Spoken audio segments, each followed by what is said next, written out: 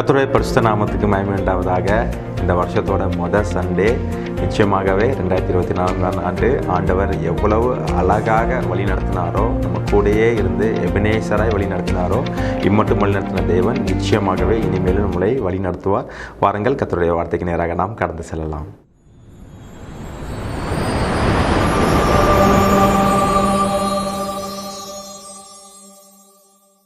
உபாகமம் 20ஆம் அதிகாரம் 4ஆம் வசனம். உங்களுக்காக உங்கள் சத்துருக்களோடே யுத்தம் பண்ணவும் உங்களை ரட்சிக்கவும் உங்களோட கூட போகிறவர் உங்கள் தேவனாகிய கர்த்தர் என்று சொல்ல வேண்டும். பாருங்க, இந்த வசனத்தில் 3 காரியங்கள் தேவன் பண்ணுகிறார். பாருங்க, முதலாவது அவங்க சத்துருக்களோட அவர் யுத்தம் பண்ணுவாராம், உங்களை ரட்சிப்பாராம், உங்களோட கூட வருவாராம். பாருங்க, first he goes with us, he fight for us and then he gives us victory. பாருங்க, 3 காரியங்கள் அவர் பண்ணுகிறார். போன வழியில் நம்ம பார்த்தோம்ல, எப்படி ஆண்டவர் நம்மளுடைய சத்துருக்களோடு அவர் யுத்தம் பண்ணி எவ்வளோ பெரிய ஜெயத்தை தேவன் கொடுத்தார் என்று.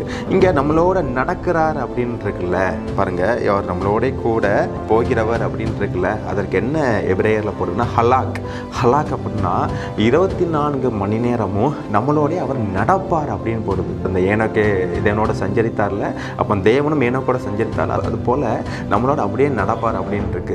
அப்போ இந்த நம்ம கூடயே வாரார்னா, அப்போ நம்மளுக்கு விரோதமாக என்ன நடந்தாலும் நம்ம பயப்பட வேண்டாம், நம்ம நல்லா மகிழ்ந்து களி கூற மட்டும் தான் நம்ம செய்யணும்ட்டு. இப்போ பாருங்க, 1 சாமுவேல்ல ஒரு சம்பவம் நம்ம பார்க்குறோம். அங்கே பெலிஸ்தியர்கள் இஸ்ரவேல் ஜனங்களோட அவங்க நாள்தோறும் யுத்தம் பண்ணிக்கொண்டே இருந்தாங்க. ஒரு பெரிய யுத்தம் வருது. அந்த யுத்தத்தில் நிறைய இழப்புகள் இஸ்ரவேல் ஜனத்துக்கு வருது. பாருங்க, 1 சாமுவேல் 4ஆம் அதிகாரம் 10ஆம் வசனம் 11ஆம் வசனம். அப்பொழுது பெலிஸ்தர் யுத்தம் பண்ணினார்கள், இஸ்ரவேல் முறிந்து அவரவர் தங்கள் கூடாரங்களுக்கு ஓடி போனார்கள். மகா பெரிய சங்காரம் உண்டாயிற்று. இஸ்ரவேலிலே 30,000 காலாட்கள் விழுந்தார்கள். தேவனுடைய பெட்டி பிடிக்கப்பட்டது. ஏலியின் 2 குமாரராகிய ஓப்பினியும் பினகாசும் மாண்டார்கள். பாருங்க, மகா பெரிய யுத்தம். பாருங்க, அந்த யுத்தத்தில் கிட்டத்தட்ட 30,000 men சோல்ஜர்ஸ் அவங்க இறந்து போனாங்க இஸ்ரவேல் நாட்டில். அடுத்து பார்த்தீங்கன்னா தேவனுடைய பெட்டி, அது ரொம்ப ஒரு டிஸ்கிரேஸான ஒரு விஷயம். சரியா, நமக்குள்ளே இருக்கிற ஒரு பிரதான ஒரு காரியம் நம்ம நாட்டிலேருந்து இன்னொரு நாட்டுக்கு போச்சுன்னா எவ்வளோ ஒரு டிஸ்கிரேஸான காரியம், எவ்வளோ ஒரு அவமதிக்கப்பட்ட ஒரு காரியம். தேவனுடைய பெட்டி பெலிஸ்தியர்கள் தங்களுடைய தேசத்துக்கு எடுத்துகிட்டு போயிட்டாங்க. 3வது பிரதான ஆசாரியாகிய அந்த ஏலியின் 2 குமாரர்கள் அவங்க இறந்து போனாங்க. அப்போ இந்த நியூஸ் யாருக்கு போகுது? அந்த ஆசாரியானாகிய ஏலிக்கு போகுது. ஏலி பார்த்தீங்கன்னா நல்ல ஒரு ஃபேட் மேன், சரியா, நல்லா ஸ்தூலித்து இருக்கிறாரு. அவர் அந்த நாட்களில் உட்காந்துட்டு போது இந்த விஷயம், அதாவது தேவனுடைய பெட்டி போயிடுச்சுன்னு உடனே அவர் கீழே அவர் கழுத்து முறிந்து அவரும் இறந்து போறார். அப்போ பாருங்க, ஏலியின் மகனாகிய இந்த பெனகாசுடைய மனைவி பார்த்துங்க, அப்போ அவளுக்கு ஒரு குழந்தை வைக்கிறா. அந்த குழந்தைக்கு என்ன பேர் வைக்கிறான்னு பாருங்க. 1 சாமுவேல் 4ஆம் அதிகாரம் 21, 22. தேவனுடைய பெட்டி பிடிப்பட்டு அவளுடைய மாமனும் அவளுடைய புருஷனும் இறந்து போனபடியினால் அவள் மகிமை இஸ்ரவேலை விட்டு போயிற்று என்று சொல்லி அந்த பிள்ளைக்கு இக்கபோத் என்று பெயரிட்டாள். தேவனுடைய பெட்டி பிடிப்பட்டு போனபடினால் மகிமை இஸ்ரவேலை விட்டு விலகி போயிற்று என்றாள். பாருங்க, அந்த குழந்தைக்கு அவள் பேர் வைக்கிறா. தன்னுடைய மாமனார் இறந்து போயிட்டாரு, தன்னுடைய புருஷன் இறந்து போயிட்டான், நிறையா காலாட்கள் இறந்து போயிட்டாங்க, தேவனுடைய பெட்டி போயிடுச்சு, மகிமையே இஸ்ரவேலை விட்டு போயிடுச்சு அப்படின்னு சொல்லிட்டு அந்த குழந்தைக்கு ஒரு பேர் வைக்கிறா, இக்கபோத். இன்னைக்கு ஒருவேளை உங்க வாழ்க்கையில கடந்த வருடங்கள் ஃபுல்லாமே ஒரு இக்கபோத்னு ஆண்டாக இருக்கலாம். ஆனால் ஆண்டவர் சொல்றாரு, இக்கபோத் போய் எபினேசருடைய ஆண்டு இந்த வருஷம் வருகிறது. ஹல்லேலூயா. பாருங்க, இக்கபோத் எல்லாமே போயிடுச்சு அவள் வாழ்க்கையில். அப்போ பாருங்க, இந்த 1 சாமுவேல் 5ஆம் அதிகாரத்தில் இந்த பெலிஸ்தர்கள் என்ன பண்ணுறாங்க? இந்த தேவனுடைய பெட்டியை எடுத்துட்டு தன்னுடைய தேவர்களாகிய தாகான் கோயிலில் வைக்கிறாங்க. டேகன் அப்படின்னா மீன் கடவுள், ஃபிஷ் காட் என்று அர்த்தம். பாருங்க, அங்கே பாருங்க, அதுக்கப்புறம் பாருங்க, ஆண்டவர் செய்கைகளை இந்த இஸ்ரவேல் ஜனங்களும் இந்த உலகமும் பார்த்து கொண்டிருக்கிறது. அப்போ இந்த மறுநாள் அந்த தாகான் கோயிலுக்கு வரப்போதும் அந்த தாகான் கோயில் விழுந்து கிடக்குது தேவனுடைய பெட்டிக்கு முன்பாக. என்னடா ஆச்சு அப்படின்னு சொல்லிட்டு இந்த பெலிஸ்தர்கள்லாம் திருப்பியும் அந்த தாகான் சிலையை அப்படி எடுத்து வைக்கிறாங்க. திருப்பி மறுநாள் பாருங்க, அது உடைந்து சுக்குநூறாய் போனது. ஆண்டவர் கிரியை செய்ய ஆரம்பிச்சிட்டார். பிரியமானவர்களே, ஒருவேளை இன்றைக்கி நம்மளுடைய வாழ்க்கையில் ரொம்ப ஆண்டவர் மௌனமாக இருக்கிறாரு, நம்ம ரொம்ப காலமாக நம்ம வெயிட்டிங்லேயே சில காரியங்கள் இருக்குமே. Waiting period is not a wasting period my friend. பாருங்கள், ஆண்டவருடைய சைலன்ஸ் என்றைக்குமே பார்த்தீங்கன்னா அவர் வந்து behind the scenes is doing something for you. நிச்சயமாகவே ஆண்டவர் உங்கள் வாழ்க்கையில் நிறைய காரியங்கள் செய்து கொண்டிருக்கிறார். இதெல்லாம் இஸ்ரவேல் ஜனங்களுக்கு தெரியாது, அப்படி தானே? அடுத்து இவங்க ஒரு கமிட்டி கூட்டுறாங்க. பாருங்கள், 1 சாமுவேல் 5ஆம் அதிகாரம் 6ஆம் வசனம். அஸ்தோத் ஊராரை பாழாக்கும்படிக்கு கர்த்தருடைய கை அவர்கள் மேல் பாரமாக இருந்தது. அவர்கள் அஸ்தோத்தின் ஜனங்களையும் அதன் எல்லைகளுக்குள் இருக்கிறவர்களையும் மூல வியாதியினாலே வாதித்தார். பாருங்க, அதுக்கப்புறம் அந்த பெட்டியை அஸ்தோத்னு ஒரு நகரத்துக்கு கொண்டு போகிறாங்க. அங்கே ஆண்டவர் அந்த அல்சர்னால டியூமர்ஸால அந்த ஜனங்களை எல்லாத்தையும் அவர் வந்து இறக்க பண்ணுறாரு. பாருங்க, அப்போ ஒரு ஊராக கொண்டு போகிறாங்க.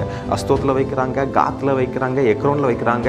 இப்படி 5 ஊரில் வைக்க போதும் எல்லா ஊர் மக்களும் அந்த வியாதியினால தேவன் வியாதிக்கிறாரு. பாருங்க, அதுக்கப்புறம் தான் அவங்க ஒரு கமிட்டி கூட்டுறாங்க. அந்த கமிட்டி கூட்டி இந்த பெலிஸ்தியர்கள் எல்லாருமே இந்த சீஃப் மெம்பர்ஸ் எல்லாம் கூட்டி என்ன பண்ணுறாங்க, அப்போ இந்த தேவனுடைய பெட்டி உண்மையிலே கர்த்தருடைய கரம் நம்மளுக்கு எதிராக இருக்கிறது. அந்த ப்ரீஸ்ட்டு, அந்த தேவனை அல்லாத அந்த ஜனங்கள் எல்லாருக்குமே தெரியுது இது தேவனுடைய கரம்ட்டு.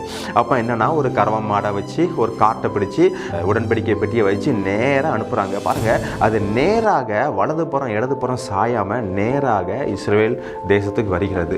ஸோ பிரச்சனை முடிஞ்சிருச்சுன்னு நினைக்க போதும் சில வருடங்கள் சில மாதங்கள் கழித்து அடுத்த ஒரு காரியம் நடக்குது. 1 சாமுவேல் 7ஆம் அதிகாரம் 3ஆம் வசனம். அப்பொழுது சாமுவேல் இஸ்ரவேல் குடும்பத்தார் யாவரையும் நோக்கி, நீங்கள் உங்கள் முழு இதயத்தோடும் கர்த்தரிடத்தில் திரும்புகிறவர்களானால் அந்நிய தேவர்களையும் அஸ்தரோத்தையும் உங்கள் நடுவிலிருந்து விலக்கி உங்கள் இருதயத்தை கர்த்தருக்கு நேராக்கி அவர் ஒருவருக்கு ஆராதனை செய்யுங்கள். அப்பொழுது அவர் உங்களை பெலிஸ்தனுடைய கைக்கு நீங்களாக்கி விடுவார் என்றான். அப்போ இந்த யுத்தம் முடிஞ்சதுக்கு அப்புறம் சில வருடங்கள் கழிச்சு திருப்பியும் பெலிஸ்தர்கள் பாருங்க இஸ்ரவேல் ஜனங்களுக்கு விரோதமாக அவன் வருகிறான். அந்த நாடு வருகிறது. அப்போ ஆண்டவர் என்ன செய்யறான்னு நீங்க பார்த்தீங்கன்னா 1 சாமுவேல் 7ஆம் அதிகாரம் 10ஆம் வசனத்தில், சாமுவேல் சர்வாங்க தகன பலியை செலுத்துகையில் பெலிஸ்தர் இஸ்ரவேல் மேல் யுத்தம் பண்ண நெருங்கினார்கள். கர்த்தர் மகா பெரிய இடி முழக்கங்களை பெலிஸ்தர் மேல் அண்ணாலே முழங்க பண்ணி அவர்களை கலங்கடித்ததினால் அவர்கள் இஸ்ரவேலுக்கு முன்பாக பட்டு விழுந்தார்கள். பாருங்க, ஆண்டவரால் இப்படிலாம் செய்ய முடியுமா? நம்ம நினச்சி கூட பார்க்க முடியாத, கிரகிக்கவே முடியாத காரியங்கள்லாம் ஆண்டவர் உங்கள் வாழ்க்கையில் பண்ணுவார். அதற்கு என்ன செய்யணும்? என்றைக்குமே ஒபீடியன்ஸ் பிரிங்ஸ் பிளெஸிங்ஸ். இப்போ கூட நான் ஒரு சகோதரர்கிட்ட பேசிகிட்டு இருந்தேன். அப்போ அவர்கிட்ட நான் சொன்னேன், ஆண்டவர் உங்கள் வாழ்க்கையில் ஆசீர்வாதம் செய்யணும்னு நீங்கள் விரும்பணும்னு நீங்கள் நினச்சிங்கன்னா முதல்ல அவருடைய கட்டளைகளுக்கு நாம் வந்து ஒபே பண்ணணும். இங்கே சாமுவேல் என்ன சொல்கிறாரு, நீ முழு இதயத்தோடு நீ கர்த்தரிடத்தில் நீ திரும்பு, நீ அந்நிய தேவர்களை நீ விடு, நீ மற்ற காரியங்கள் கர்த்தருக்கு பிரியமில்லாத காரியங்கள்லாம் நீ வந்து விலக்கி நீ ஆண்டவருக்கு நீ ஆராதனை செய்ய போதும் ஆண்டவர் உன் வாழ்க்கையில் மிகப்பெரிய அற்புதம் செய்வார்ன்ட்டு. அப்போ பாருங்க, அப்போ இவங்களால முடியாது. கர்த்தர் வந்து இடி முழக்கத்தோடு கொண்டு வந்து பெலிஸ்தரை முறிய பண்ணினாரு. அந்த இடத்துக்கு சாமுவேல் என்ன பேர் வைக்கிறாரு? 1 சாமுவேல் 7ஆம் அதிகாரம் 12ஆம் வசனம். அப்பொழுது சாமுவேல் ஒரு கல்லை எடுத்து மிஸ்பாவுக்கும் சேனுக்கும் நடுவாக நிறுத்தி, இம்மட்டும் கர்த்தர் எங்களுக்கு உதவி செய்தார் என்று சொல்லி அதற்கு எபனேசர் என்று பெயரிட்டான். பாருங்க, சாமுவேல் ஒரு பேர் வைக்கிறார், எபனேசர். எபனேசர் என்றால் இம்மட்டும் உதவி செய்தவர், இனிமேலும் அவர் நமக்கு உதவி செய்வார். ஒருவேளை 2024ஆம் ஆண்டு இக்கபோத் ஆண்டாக ஒருவேளை இருக்கலாம். அந்த இக்கபோத்துலேயும் தேவன் நம்மளோட எபனேசராய் இருந்து உதவி செய்து இந்த வருஷம் நிச்சயமாகவே நல்ல ஒரு எபனேசராய் நம்ம வாழ்க்கையில் இருந்து அவர் நம்ம வாழ்க்கையில் நிறைய காரியங்கள், கிரகிக்க முடியாத அற்புதங்கள், அடையாளங்கள்லாம் நம்ம வாழ்க்கையில் செய்வார். நம்ம எதிர்பார்ப்போம். I hope this video will be very blessed for you, and if so, please then share this video to your friends and relatives. Let them also be blessed. Until then, bye from Dhimal. Bye.